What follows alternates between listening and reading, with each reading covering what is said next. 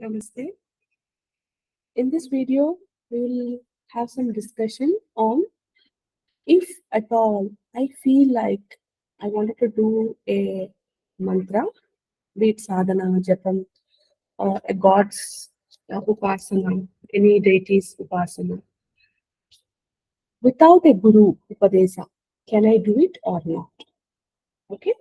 So usually when it's not just now, from ages, we have this parampara of a guru talking to the Shishya about a upadesa on a particular deity, particular problem. Right? So when you go to a guru and say, Guruji, this is what is the concern I have, be it in terms of solving a materialistic problem or it related to spiritual enlightenment, the Guru generally gives us advice on what kind of things we can do to help us move forward. And then, along with it, there is a possibility that we can hit roadblocks when we are doing this particular upasana or prayers or chanting, whatever Guru guides us. And when we go back, he or she will also guide us on how to overcome. So there's always a kind of a constant feeling that I'm always supported and I have someone to go back to if in case if I hit a roadblock. And also I need further guidance.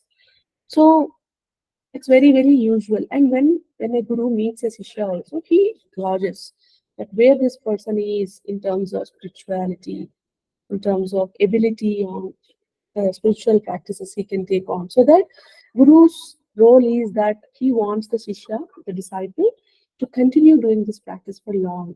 So inside of that, he also looks at Rogers, what is the previous things he's doing, what's his daily routine, his or her, and accordingly give us a sukshma marga, a smart way for us to maneuver that particular element to either solve a particular challenge, obstacle we might be facing, or work towards moving towards light, towards spiritual liberation. Yes, that is true. And it's not just now, even previous, like earlier 2 days, that there used to be these spaces called gurukuls where students used to go there, meet the guru, and in that space, hermitage, they used to, teach step-by-step process, either be it reciting scriptures, Vedas, rituals, mantras, what to do for what kind of concern. So all of these, they used to get mastery, and then when they pass out, they used to come serve kings or priests, or they used to act as members who could spread these teachings for the common good of everyone. And that used to be, and that's how even today we are, though we don't, there are few still who go and, like the Brahmin sect, who is wanting to get into priest. There's a lot of Veda Patashalas that's there, and they get trained. But then for common people like you and me, who are not into not into not having this privilege of spending time in a Veda Pathshala for an extended period of time, and still we wanted to do certain sadhanas.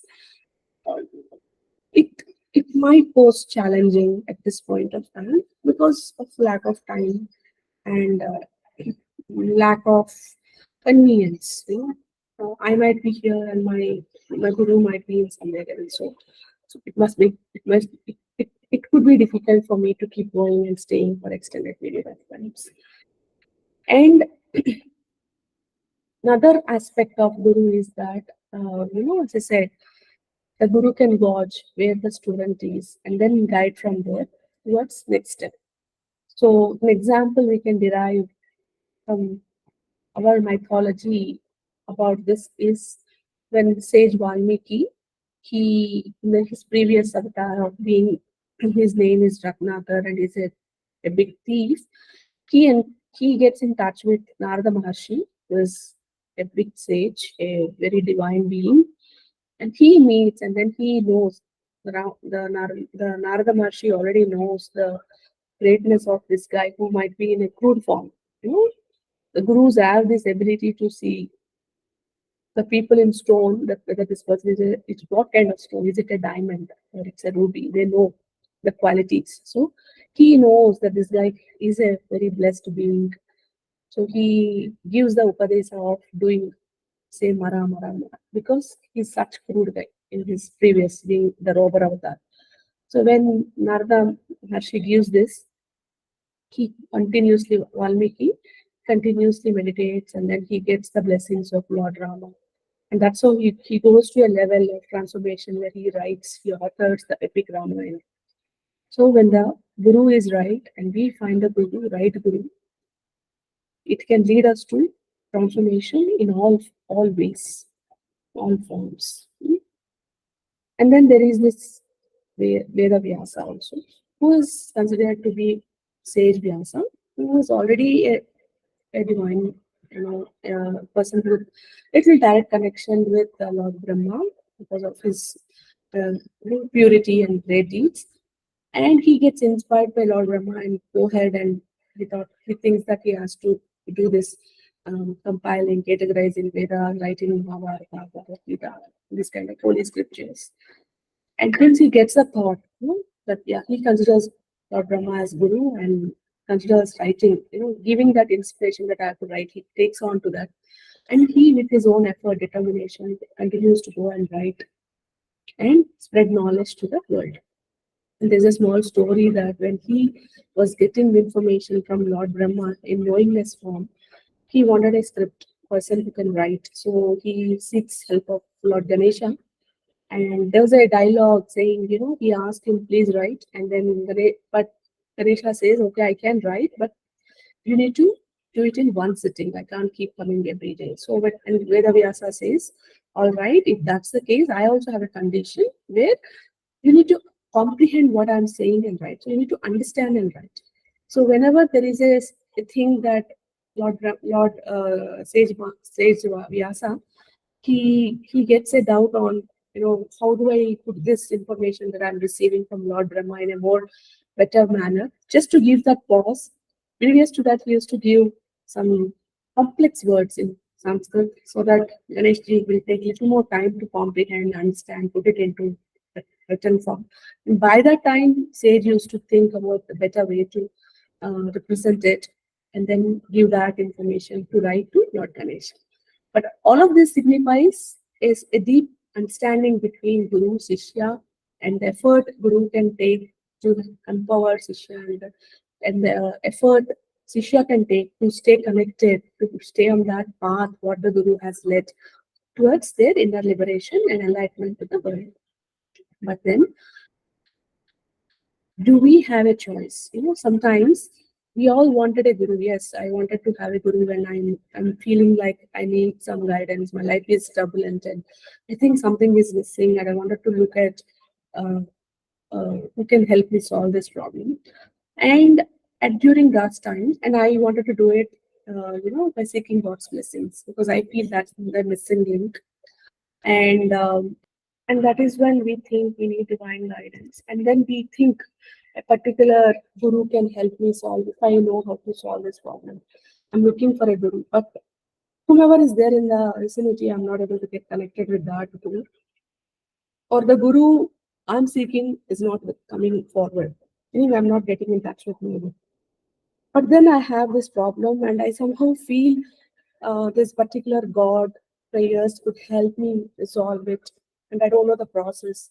But when I look at people, they are saying without Guru you can't do this. So, but I have this problem which is pressing, and I really wanted to do, and I feel like I should do it, and I'm in this mixed minds. What do I do at this point of time to solve these problems?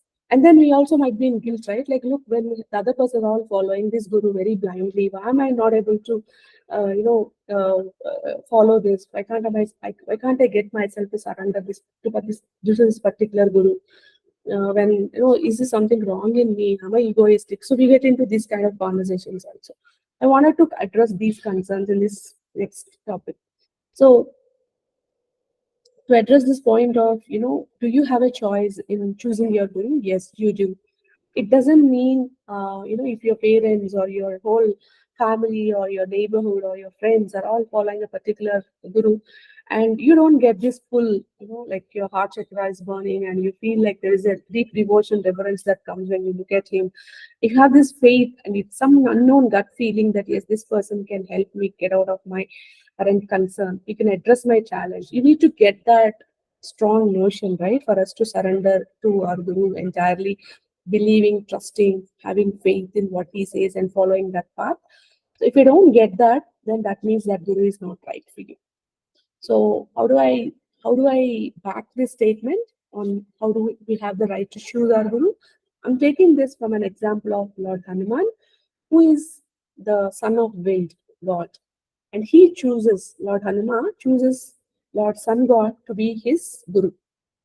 And when he approaches Lord Sun and says, "Hey Sun, please, can I be your Shishya? I want to learn from you." And then Sun God says, "Hey child, it's very nice that you are approaching me. Thank you so much. But then I am always move, across the world, and for a guru to teach or impart some of his learnings, he has to be sitting, and there's a certain situation that is needed, which is not possible with me because I'm always moving around the clock. So how do you think I can achieve it?" Then Lord Hanuman says, "So you don't have a problem teaching as long as I'm following you?" He said, "Yeah." And then that's when he decides to, with his extraordinary powers, raise and peace his Lord Sun so that he always gets his teachings and he absorbs all the teachings that Lord Sun is showering his path with a lot of determinations, and he finally succeeds in getting this spiritual awakening and skilled with the knowledge that's directly from Lord Sun. So, in this context, we can definitely say that yes, we do have, and Hanumanji can choose his uh, guru, we can also do it, right? So that's the reason I have taken a uh, statistical. There's already a thing which is there. Usually, when we do some prayers like Sadhana Puja or any other, or Lakshmi Puja or any vratam, there's one question that comes is, or even Vinayak Chavti, anything. Who did this earlier and what benefit did I get? So it's giving a reference that there are some people who have done it, and you could also do. That's what they're intending to tell by giving this story in the Vratam, right? Similarly, I have taken this small piece from our mythology to give proof that yes, you do have the choice. You don't have to feel guilty that you are not able to follow a guru when whole of your friends or family or neighborhood is following the same one. When the right guru comes, when it is that person. you know. So when that right person comes in front of you, you will definitely know this is the person I need to surrender and follow. Till then, have patience. Okay. Secondly, and now I'm talking about the point where I have this feeling that I need to follow some goddess god, some upasana, be it Chandi, be it Varahi, be it Pratyangara, be it Kali, be it Bhairava. So there are Ugrasarupas. Even if we have this kind, we still get more into loops of thoughts that, oh, can I do it? What will happen if I do? What if some problem might come? Already my life is having a lot of problems, and if I start doing this without a guru initiation, further my life can get into a problem. And these fears usually stop us from taking the path which divine is showing us. So what is the way forward? Okay, so the way forward to me is taking Lord Shiva as Adi Guru and taking forward a step towards the God which you are called upon. See, in Durga Saptati also, it's written that she is the thought, she is the mind, and she is the emotion. So and she is the one who guides everyone. If she is the one who does it, if I get a thought that I should do certain upasana, certain mantra, certain chanting, certain Bijakshara chanting, who is giving this thought? Already, I am not in a place where I already know all of this, right? So when I'm getting this information, it means it can come from any ways, okay? I can listen to some of my friends doing it, so I thought I should also do it. Or I have seen suddenly YouTube, there is a channel, there is a video that pops up, like maybe perhaps if you are a first timer and you're watching my video, it's a God intervention, right? Like otherwise, how will you find me? How will I find you? Okay, it's a different thing about why am I doing this video, but finally there's no God's intention, or you and me conversing through this platform, you will not find me, I will not find you, isn't it? So similarly, everything in this universe is highly, highly interconnected, and nothing happens by coincidence. So if you are guided, if you feel in thought form, or a YouTube, or a website channel, or somebody talking, two people talking, randomly you pick a book and there's a difference of this particular thing you are wanting to do. All of these are signs how God talks to us. We need to believe it, that yes, God also can talk to me and I can also comprehend. Oftentimes we doubt and we don't believe. That's where we get crazy and we feel, oh no, it's not possible. But the moment you silent yourself and you start believing that yes, this is the information that I'm receiving from the divine himself, obviously you will feel more assured to go ahead, isn't it? So during those times, if at all you are having a strong pull towards doing any sadhana, especially with any deities, irrespective whether they're Rudra Rupas or Shanti Rupas, please consider taking Shiva's name as the Adiguru and going ahead with the upasana or doctrine. So again, I always want to substantiate, right? So what are some of the place whom we can say virtually that I don't have a guru, but I've taken a energy form, a divine form as a guru, and I started doing it. Or I have taken a example of that person as a guru and started my sadhana. The important part is here is sadhana, not about what what the guru said, or according to me. At the same time, I'm not discounting the presence of a guru. If you have a guru, it's all sorted. Okay? But I'm only talking from a point where you have no guru, but you are guided to do certain things. Can you do or not? If you look at the story of Ekalavya Dronacharya from Mahabharata, Dronacharya is a great archer. He's skilled in archery. He's a teacher who teaches good Kauravas and Pandavas archery skills. And according to him, Arjuna is the greatest warrior of in archery. Now, this boy, Ekalavya, who's from a tribal sect, sees the Dronacharya's archery skills and he falls in love and says, I should take him as guru. But then he approaches and says, hey, sir, Everard one, can you be my guru? But then this boy being from tribal and having the policies that, he can't, he's a royal teacher, right? He can't take up any student on his own. There's some rules he should follow. So he gently says, no, I can't. But then Ekalavya go back to the forest because that's where those tribals belong those days, and he creates a clay model idol out of him. And look, seeing him, he everyday practices archery and gains mastery.